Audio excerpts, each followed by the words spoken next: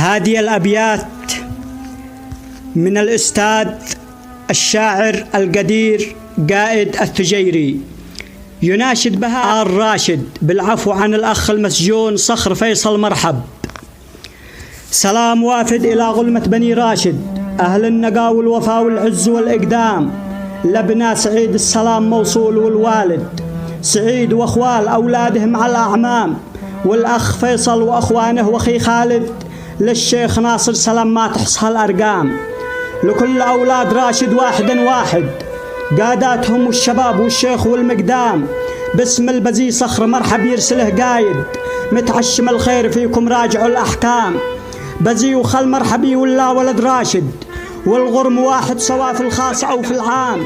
ومن عفا بإجازه ربنا الواحد، ويكتب أجره بنفسه واسمه الإكرام، صخر امتثل حكم ربه والقدر شاهد،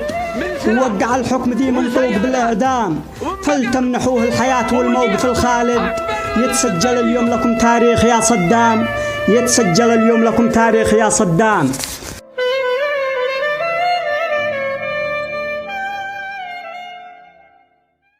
وهذه الأبيات جواب على قصيدة الأستاذ الشاعر القدير قائد الثجيري،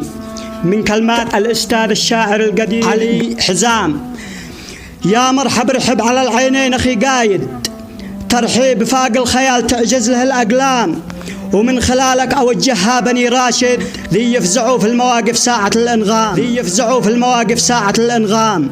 في كل موقف تراهم للأخا رافد، وخيرهم ما يزال عند الجميع صمام، كل المواقف لهم تاريخها شاهد، وترفع الراس تعلو هامة الأهرام. يا مكرم الضيف ذا جاء عندهم وافد، يا مكرم الضيف ذا جاء عندهم وافد، وأهل السماحة إذا استدعتهم الأقوام، يا من يعز وجيه الناس ذي صامد، وغافرين زلة المحكوم عليه إعدام، من وسط حصبان باسم الكل باناشد، أهل الوفاء والصفاء والجود بالأكوام، باسم الكبير والصغير والشيخ والقايد، وباسم كل القبيلة نرفع الأعلام، لا الراشد جميعا جيلها الصاعد، يا من لكم في المواقف عندنا إبهام، داعي الأخا بيننا دايم ومتوارد، وفي جميع المواقف كلنا غرام، راجين في عفوكم عن صخر ذي قاعد، في السجن قابع صدور الحكم من أعوام، سلم له الروح متشكر وله حامد، وحولها الأهل والأولاد والأرحام،